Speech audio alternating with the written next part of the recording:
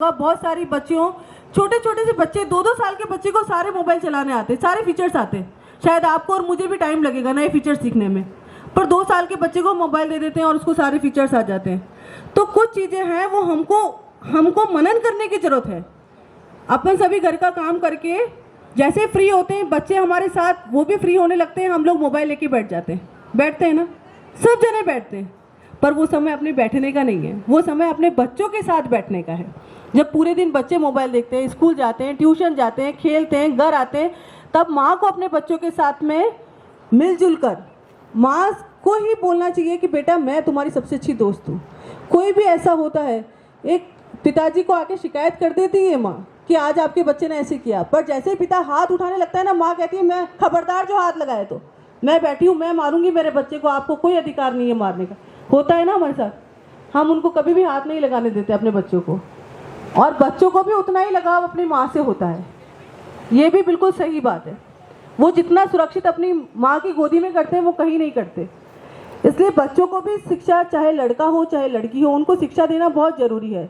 लड़कों को भी ये नज़रिया बताना चाहिए, बहन, लड़की बहन होती है, एक दीदी हो सकती है, बुआ, मासी, लड़कियों के भी बहुत सारे रूप से। बच्चों को लड़का है तो लड़के के साथ भी आप बैठ के खुल के बात कीजिए। अब वो समय नहीं रहा कि हमको छुप के बात करनी पड़ेगी, मैं कैसे बोलूँ, मैं कैसे अपने बच्चे के सामने ही बात करूँ। नहीं, अब वो टाइम गया, क्योंकि बच्चे को जो आपको नहीं पता वो आपके बच्चों को पता है, चाहे वो 10 साल का बच्चा हो चाहे वो 8 साल का बच्चा हो।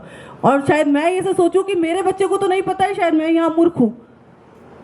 सारे बच्चों को सब कुछ जानकारी होती है आजकल, क्योंकि सोशल मीडिया इतना खतरनाक वायरस फैला रहा है हमारे बीच में, माँ बच्चों को दूर कर रहा है। आजकल अपन देखते हैं छोटे से गेम के चक्कर में बच्चे ने सुसाइड कर लिया।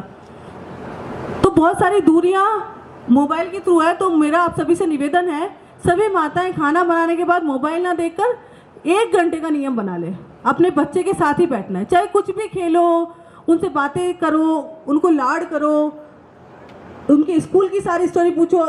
घर पे आते ही सबसे पहले पूछो उनको तुम्हारा आज का दिन कैसा रहा। जैसे ही घर में घुसे पूछो स्कूल में आज तुम्हारा दिन कैसा रहा, तुम्हारी मैडम ने क्या बोला। बच्चे बोलेंगे जो उनके साथ हुआ, बिल्कुल बताएंगे। 1 दिन नहीं बताएंगे, 2 दिन नहीं बताएंगे, पर उनको ये सेफ लगना चाहिए हमारी मम्मी हमारे साथ खड़ी है।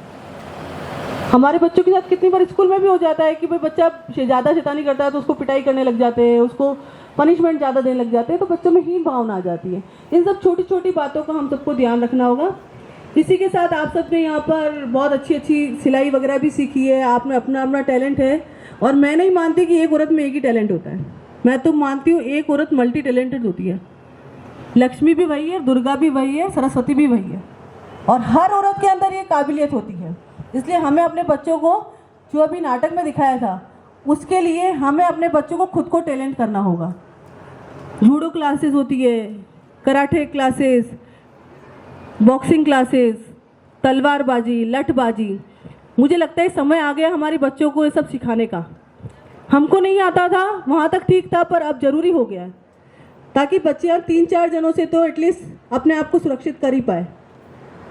और ये सब चीज़ें सबको सब कुछ मालूम है, फिर भी कहीं हम पिछड़े हुए हैं।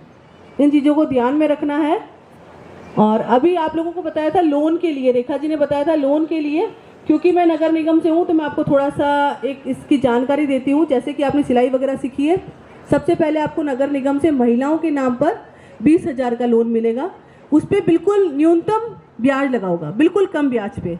आपकी वो किस्तें जैसे ही ख़त्म होंगी आपको 50,000 का लोन मिल जाएगा, महिलाओं के लिए स्पेशली।